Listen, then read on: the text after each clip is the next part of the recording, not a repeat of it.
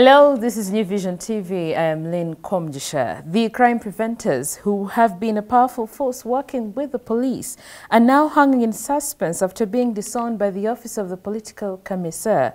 The over 11 million recruited in 2016 during the general elections have been under the Inspector General's office, although the new IGP Martin Okoth-Ochola has not pronounced himself on the position of this huge force. Now, New Vision TV explores their fate.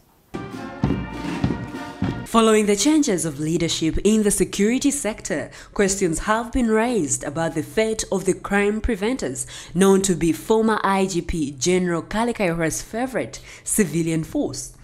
At the celebrations of the Uganda Police Centenary, President Museveni launched community policing as the new strategy for combating crime in Uganda. Crime preventers were expected to be instrumental in community policing. Indeed, the president himself presided over the passing out of some crime preventers in different parts of the country. The crime preventers movement was started by some Makerere University students in 2014 who convinced the police leadership to give them basic security training. This took place at Police Training School in Masindi, and since then, there was no looking back.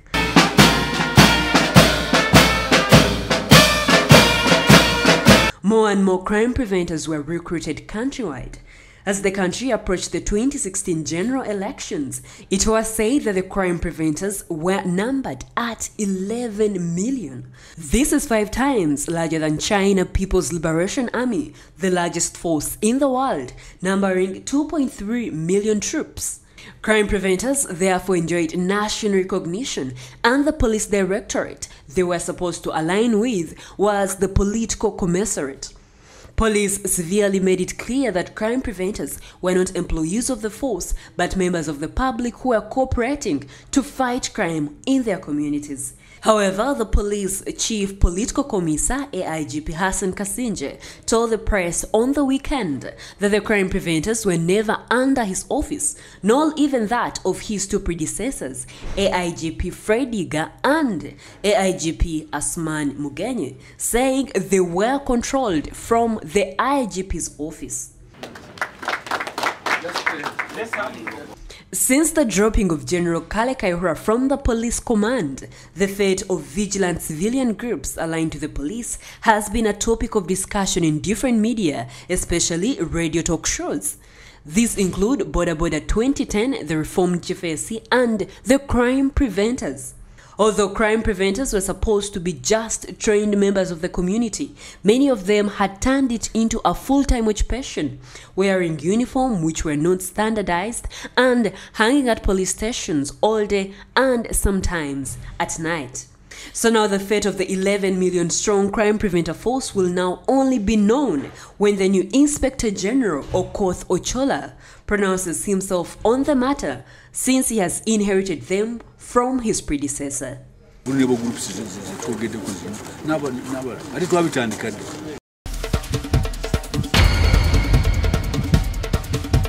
Moving on, 2 employees of the MTN Telecom company have been charged with 9 counts relating to SIM card swapping.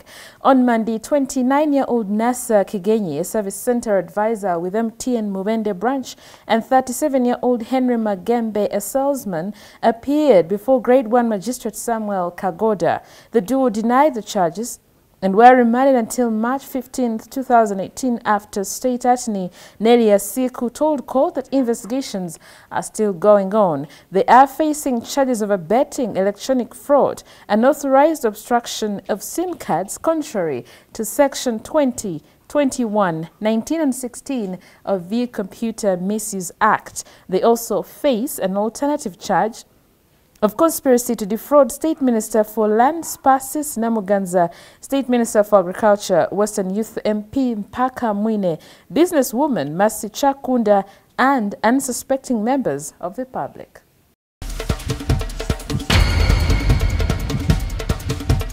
Now, the Changoga local council chairman, Emmanuel Masengele, told residents of the highly crowded settlement that good hygiene starts with individual selves. At the cleanup, residents of Kanyogoga, one of Kampala's largest slums, were also tipped on hygiene as a necessity for health and well-being. The cleanup, which included collecting rubbish, digging and cleaning trenches and slashing, was conducted by Rotaract Club of Kampala Muyenga Breeze. It was part of the month-long activities to commemorate the 50th birthday of Rotaract International. According to the charter president of the Kampala Muyenga Breeze Club, Jonathan Tunamasko, the club partnered with the community, Kanyogoga Police Station and other Rotaract clubs around the city to provide necessary sanitation measures to the community. At the end of the day, there was also a hand hygiene exercise known as WASH, which showed that over 50 people how to wash their hands hygienically.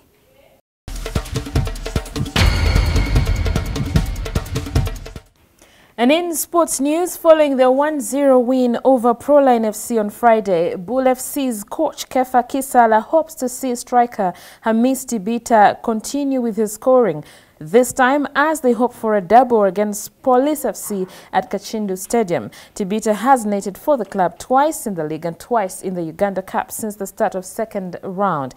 He was the club hero in the first round when they pipped Police FC at Nambole, and better still, he has scored against the Cops in the last 3 meetings.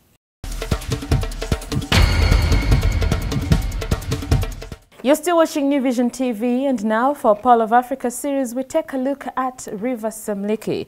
The Semliki River originates from Lake Edward and is found in Kasese district in western Uganda.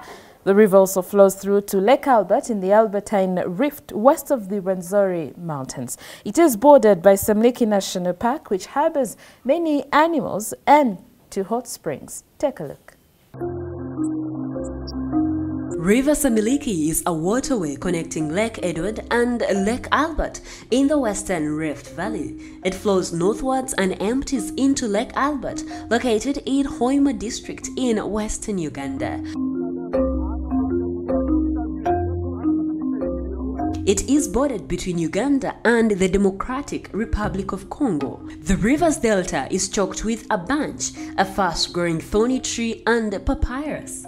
The river is a home of animals including elephants, hippopotamus, crocodiles, and bats, monkeys, and even snakes.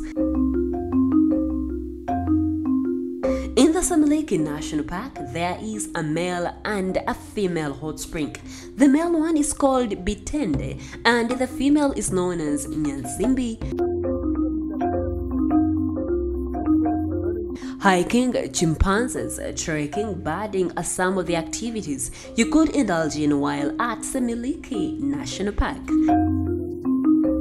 Now, for more Pearl of Africa stories, visit our website www.newvision.co.ug. Our newspaper, The Sunday Vision, is also another home of adventures, so get your copy every Sunday for Pearl of Africa stories.